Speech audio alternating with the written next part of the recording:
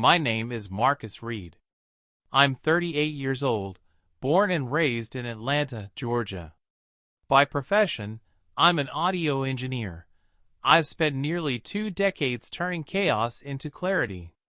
Funny thing is, that skill didn't just save my career, it saved my life. I remember the exact moment it all changed. I was sitting in my car, just outside the Fulton County Courthouse. Engine off. Hands clenched on the steering wheel. In the passenger seat, a small black USB drive, barely the size of my thumb, but heavy enough to crush a 5-year relationship in a single play. I'd just handed 3 audio files to my attorney. 3 recordings that would flip everything on its head. Tara, my girlfriend, the woman I thought I was going to marry, she had no idea I'd been listening, watching, recording, waiting. She always said I was too quiet to win an argument. She never realized silence is exactly how you win a war. See, I didn't find her in bed with someone. There were no lipstick stains, no secret hotel receipts. What I found was worse. It was her voice. Her words. Unfiltered. Unaware. Saying things about me that no decent human, let alone someone you sleep beside, should ever say. That mic, it was never meant for her. It was a leftover from my podcast days. Just a dusty piece of gear I forgot to pack away when she moved in. But in the end, that mic became my only weapon. And thank God for it. Because if I hadn't heard it for myself, I might have believed her lies forever. So no, this isn't just a breakup story. This isn't about heartbreak or jealousy. This is about exposure. About patience. About taking every insult, every manipulation, and turning it into evidence. She thought she played me. But I had the whole thing recorded. Before all of this, life felt solid. Predictable in the best way. I had my work, my small circle of friends, and my quiet routines. I wasn't flashy. I wasn't chasing clout. I just wanted peace, and someone to share it with. That's when Tara came into my life. We met at a sound check. She was there with a friend. I was behind the board doing levels for a local music showcase. She smiled like she'd known me for years. Witty, charming, knew exactly what to say. Within a week, we were texting nonstop. 2 weeks later, we had our first real dinner. 3 months in, she had a drawer at my place. 6 months after that, she moved in. She was everything I thought I wanted. She'd cook while I worked late. She'd rub my shoulders during tight deadlines. On Sundays, she'd make coffee just the way I liked it. 2 sugars, no milk. We laughed. We danced in the kitchen to old 90s R&B. We even talked about opening a business together one day. A real future. Real plans. She called me her calm in the storm. Said I made her feel safe. Looking back now, those words feel like stage lines in a play. Rehearsed, performed, delivered for effect. But in the moment, I believed them with my whole heart. I was proud to introduce her to my friends. I brought her to family BBQs. My mom loved her. Everyone did. And why wouldn't they? She was warm, present, supportive on the surface. But there were signs, small ones. Like how she never let me see her phone screen. Or how she'd go quiet when I walked into a room mid-call. Sometimes, I'd hear her laugh shift, you know the kind, like someone who suddenly changes character depending on the audience. I told myself I was overthinking. Paranoia, maybe. We all have our secrets, right? That's what I kept telling myself. Because when someone holds you at night and whispers, "You're the only one who's ever understood me," you want that to be true. I let my guard down. Fully. And when I did, she started building her mask even better. But I wasn't ready to see that yet. Not then. I was too busy falling in love with someone who was already planning the escape route. The shift didn't come overnight. It crept in like fog. Quiet, creeping, subtle enough that I almost missed it. It started with her phone. She used to scroll right in front of me. TikTok, Pinterest boards, endless photos of dogs in costumes. But suddenly, her screen was always facing down. Notifications went from previews to notification, one message. And when I asked who it was, just work stuff, babe. She never used to call me babe. That word wasn't us. We were more. You good? And come here, love. But now everything felt like a placeholder. Generic. Cold. Then there were the absences. She'd go out for drinks with the girls, but come back hours after bars closed. Once, she came in at 2:40 a.m. claiming her phone had died, except I saw the Uber notification light up on her lock screen 5 minutes earlier. I said nothing, just nodded. She was picking fights over nothing, rolling her eyes at things she used to laugh at. I'd ask if she wanted to watch something and she'd say, I already saw it, then leave the room. Our shared routines began to break down, one by one. First, it was no more coffee in the morning. Then no more Sunday cleaning days. Eventually, no more dinners together. And the worst part? She didn't seem sad about it. She seemed comfortable. Like this was the new normal, and I was the only one pretending it wasn't. The money started changing too. Little things at first. Gas money, a nail appointment here, a late credit card payment there. Then one day, I noticed $700 missing from our joint account. I asked. She shrugged. Must have been a mix-up. I'll call the bank. But there was no follow-up. No explanation. And still, I stayed silent. Because I didn't want to believe what I was starting to feel. That I was no longer a partner in her life. I was a placeholder. A resource. An obligation she tolerated between private moments with someone else. Still, I said nothing. But I started paying attention. I stopped sleeping heavy. I noticed which nights she stayed up late scrolling. I memorized the way her tone changed depending on who she was texting. And then one night, everything changed. It was 2:07 a.m. I was half asleep. Her phone buzzed once, then again. She was in the bathroom with the faucet running, that trick people use to hide their voice. But I wasn't listening to her voice. I was staring at the tiny red light glowing from the corner of the bookshelf, a leftover mic from my old podcast days. I had left it plugged in by accident. Or maybe, something in me knew I'd need it. The next morning, I didn't say a word. She got up, kissed my forehead like everything was normal, and left for her Pilates class. I waited until her car was down the block. Then I walked straight to my laptop. The mic had been recording for just under 45 minutes. I sat there with my headphones on, heart pounding, finger hovering over the spacebar. I pressed play. The first few minutes were just water running, soft footsteps, then her voice. Low. Sweet. Too sweet. Then a man's voice answered. Not on speaker. Not over FaceTime. A real voice. In the room. Damn, you look good tonight, he said. She laughed, that fake little giggle she used with strangers, not the belly laugh I knew. I froze. I could hear fabric moving. The shuffle of footsteps. Her whispering something I couldn't make out, but it didn't matter. I'd heard enough already. Then she said it. Don't worry, he doesn't suspect a thing.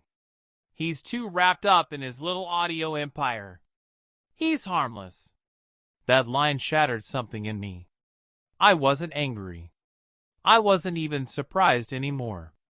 I was hollow. She thought I was harmless. She thought the same quiet man who built a business from his basement, who edited 10,000 hours of audio without a team, who never raised his voice, never hit back, never made threats. She thought that man couldn't destroy her. That's when I knew. This wasn't about catching her cheating. This was about watching someone take your loyalty and twist it into weakness. I didn't yell. I didn't call her. I didn't confront her when she walked through the door later that evening and asked if I wanted Thai food. I just smiled and said, "Sure." But inside, I was already planning. Not for revenge. Not even for justice. I was planning for silence. Because the best way to beat someone who thinks they're smarter than you is to let them finish the performance. Then press play. The next few days were surreal. I played the role perfectly. I laughed at her jokes, kissed her goodnight, even helped her reconnect the Wi-Fi when it, mysteriously, stopped working. What she didn't know, I had already pulled every password from our shared devices. Our home router, her iCloud backups. Her phone synced with our Apple TV once, just once, and that's all it took. I started gathering, not just audio now, screenshots, call logs, photos from nights she claimed to be at Megan's place. There were at least 4 different names in her messages: J, Kareem, D, and someone saved as Lunch Guy with a winking emoji. Still, I said nothing. She'd sit beside me, phone tilted away, texting one of them, while I silently airdropped the screenshots to my locked hard drive. I wasn't just building a case. I was building a timeline, a map of betrayal. And every dot on that map connected to one single conclusion. She never planned to stay. She was using me as a step, a pause between her old life and her next target. I was the emotional Airbnb she'd been crashing in, rent-free, while pretending it was forever. I got legal advice from a friend of mine, Josh, a quiet guy like me, but razor sharp. He told me what to record, what to back up, and most importantly, how not to tip her off. I even installed a second mic, this time hidden in the bookshelf she never touched, and one in the car, under the dashboard fabric. And the recordings? They were gold. One clip had her laughing with one of the guys, mocking my voice. Another had her talking about a backup plan if things with me went sideways. Someone in Florida who had a boat and real money. That's when I realized she'd already started planning her exit. She just didn't know I'd be the one opening the door. But this wasn't just about betrayal anymore. This was about proving to myself that quiet doesn't mean weak. That silence doesn't mean blind. That love, real love, doesn't look like manipulation wrapped in fake affection. So I kept collecting. I waited for her birthday. She'd planned a weekend retreat with friends. In reality, she was flying to Miami with Jay. I bought her ticket for her, drove her to the airport, kissed her cheek, said, "Have fun." The whole ride back home, I didn't blink once. Because I already had her entire trip recorded, confirmed, and backed up in 3 separate locations. By the time her flight took off, the first email had already been sent to my lawyer with the subject line, "Ready." She landed in Miami on a Thursday night. By Friday morning, her access to the joint account was frozen. She texted me, confused, "Hey babe, the card's not working. You okay?" I replied, "All good. Must be fraud protection. I'll handle it." Meanwhile, My lawyer had already filed the emergency financial injunction. The car? Leased under my name. The apartment? Mine since before we met. The only thing in her name was a Spotify family plan.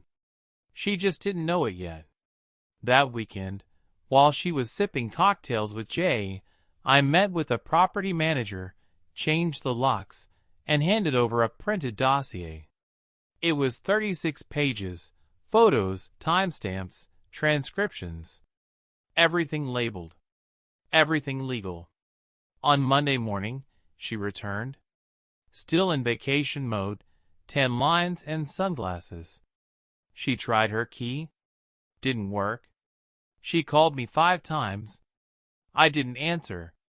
Then she texted, "Why can't I get in?" I finally picked up. My voice was calm, flat, focused. "Tara, you don't live here anymore. Your things are in the guest storage. I'll be by the coffee shop at noon if you want your documents. But you and I? We're done."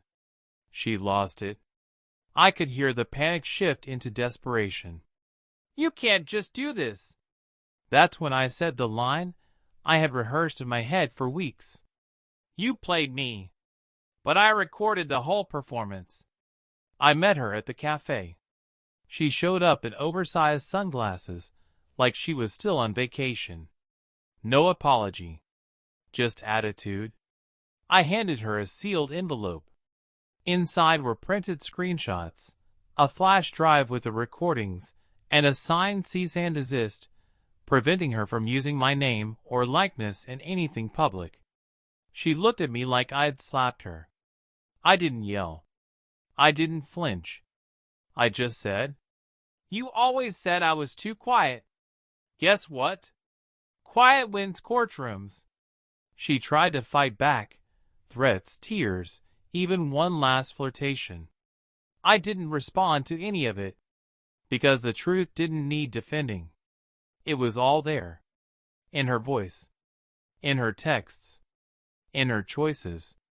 Later that week, I played one of the audio clips for her mom, who had once called me the best thing that ever happened to her daughter.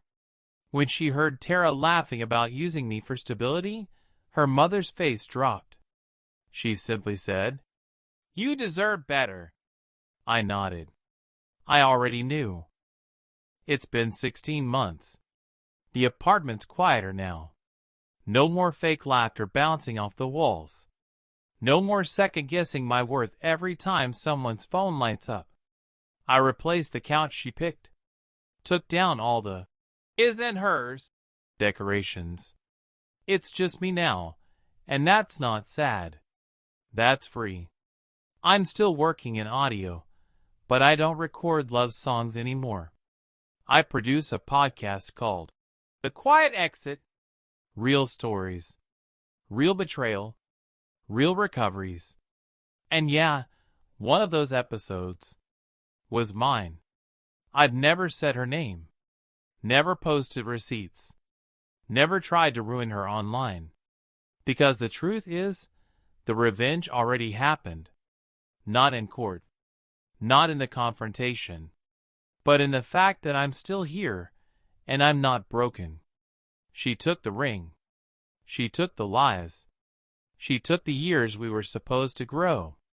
But she didn't take me. I still wake up early. Still pour 2 cups of coffee, out of habit. One goes cold. That's okay. Because that second cup? It reminds me, I used to pour love into someone who was pretending to be thirsty. Now, I pour love into my own damn life. I've learned something no one teaches you. Silence isn't weakness. Stillness isn't surrender. And the person who waits the longest to speak usually delivers the most unforgettable truth. So no, I didn't scream. I didn't smash anything. I just hit record. And when the time was right, I pressed play. Headphone. She thought she played me, but I had the whole thing recorded.